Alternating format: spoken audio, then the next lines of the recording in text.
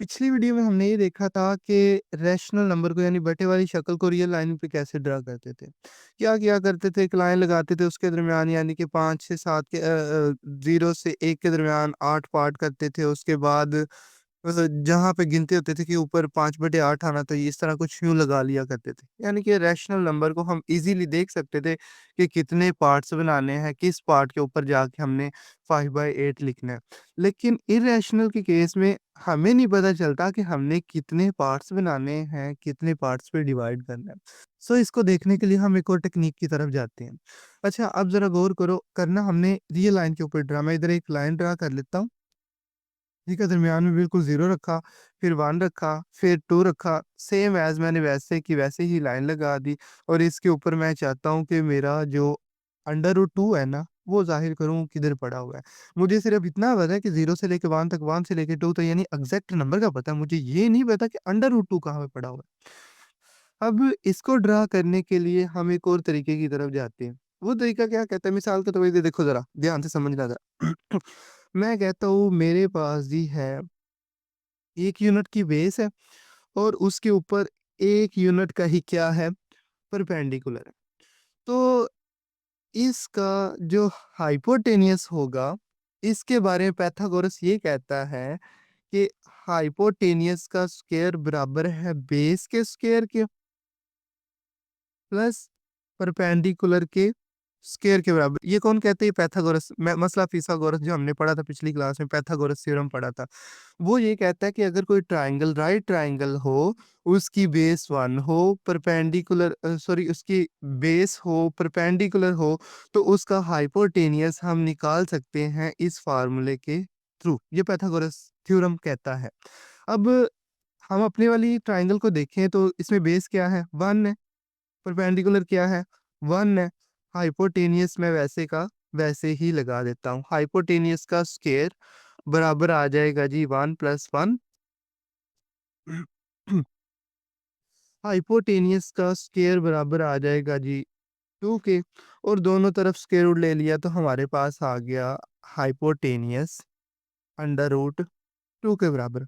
अब हमें कहीं तक ये अंदाज़ा हो गया है कि √2 कैसे निकालना है। मिसाल के तौर पर अगर मैं 1 यूनिट बेस लूँ, 1 यूनिट परपेंडिकुलर लूँ, तो मुझे इसका हाइपोटेनियस √2 मिलेगा। अब इसी चीज़ को हमने इधर ज़रा यूज़ करना है। देखो ज़रा कैसे यूज़ करते हैं। हमने क्या किया था, हमने 1 यूनिट बेस लिया था। मैं जी 0 से लेके 1 यूनिट तक क्या ले लेता हूँ, बेस ले लेता हूँ। फिर इसी तरह बिल्कुल इसके परपेंडिकुलर प्रोटेक्टर यूज़ कर सकते हैं, प्रकार यूज़ कर सकते हैं, कुछ भी यूज़ कर सकते हैं। आपने इसके बिल्कुल परपेंडिकुलर में 1 यूनिट की लेंथ ले लेनी है, ठीक है?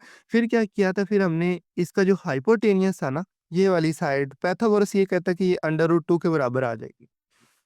अब कहीं न कहीं से हमने अंडर रूट के रिलेटेड अपना रियल लाइन के ऊपर कुछ ना कुछ ड्रा कर लिया। अब सिंपली सा हमें ये पता है कि यहाँ से लेके यहाँ तक कितनी लेंथ है? √2। और हम ऐसा करते हैं कि प्रकार लेते हैं, इतनी प्रकार खोल के हम क्या करेंगे, इसको आपस में ऐसे करके मिला देते हैं और जिस पॉइंट पे ये कट करेगी ना, उस पॉइंट को क्या कहेंगे, ये क्या है? √2। थोड़ा-सा आगे मूव ऑन करते हैं। हर चीज़ को मैंने बनाना हो तो मैं कैसे बनाऊँगा? सेम ऐज़ मैं क्या जाऊँगा, मैं एक ट्रायंगल ड्रा करूँगा। सेम ऐज़ वही तरीकाकार। देखो हम क्या करते हैं, एक बेस लेते हैं।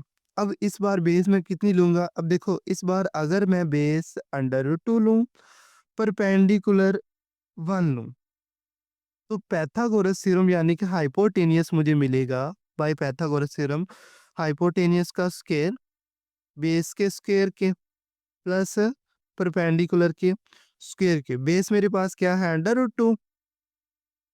उसके बाद परपेंडिकुलर क्या है? 1 का स्क्वायर। हाइपोटेनियस वैसे की वैसे ही लिख देते हैं। अब हाइपोटेनियस का स्क्वायर बराबर होगा, ये इससे कट जाएगा, कितना आ जाएगा 2, इधर आ जाएगा 1। हाइपोटेनियस का स्क्वायर बराबर आ जाएगा 3 के और दोनों तरफ हम स्क्वायर रूट ले लेते हैं तो हमें क्या मिल जाएगी? हाइपोटेनियस किसके इक्वल? √3 के इक्वल। कहना ये चाहता हूँ कि अगर हमारे पास बेस √2 हो, परपेंडिकुलर 1 हो तो ये वाला जो हाइपोटेनियस साइड हमें ऑटोमेटिकली कितना मिलेगा? Under root 3। अब इसी चीज़ को ज़रा लाइन पे ड्रा कर लेते हैं। ये कैसे बना था पता है ना? अब इसी को मैं इधर बना देता हूँ। मैंने सेम एज़ इसको इधर वैसे का वैसे ही बना लिया। अब यहाँ से मुझे मिला क्या? मुझे मिलेगा यहाँ से लेके यहाँ तक मुझे पता चल जाएगा ये कितनी लेंथ है? अंडर रूट 2 की जो हमने बेस बनानी थी। देखो इधर हमने बेस बनानी थी ना इधर अंडर रूट 2 की। मैंने क्या किया? मैंने अंडर रूट 2 की बेस ऐसे करके बना ली। यहाँ से लेके यहाँ तक अंडर रूट 2 बेस आ गई। और फिर बिल्कुल इसके परपेंडिकुलर पे मैंने क्या लेना है? 1 यूनिट ले लेनी है लेंथ। मैं जी 1 यूनिट लेंथ ले लेता हूँ। अब इसको आपस में मिलाने पे आपको पता है कि कितना मिलता है? इसको मैं आपस में ऐसे करके मिला देता हूँ, ठीक है? और जो ये न्यू लाइन है ये मुझे क्या दे देगी?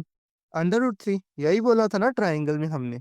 तो ये जो नई लाइन थी यहाँ से लेके यहाँ तक थी, ये कितनी आ जाएगी? Under root 3। अब इतनी प्रकार खोल लेंगे और प्रकार को क्या करेंगे? इसको ऐसे करके मिला देंगे। तो ये जो मेरे पास ये वाली लाइन बनेगी यहाँ पे अंडर रूट 3 मेरे पास यहाँ पे पड़ा। कहीं से भी नहीं पता चला, आप कमेंट बॉक्स में पूछ सकते हैं। बाकी ज़रा इंशाल्लाह नेक्स्ट वीडियो में डिस्कस करेंगे।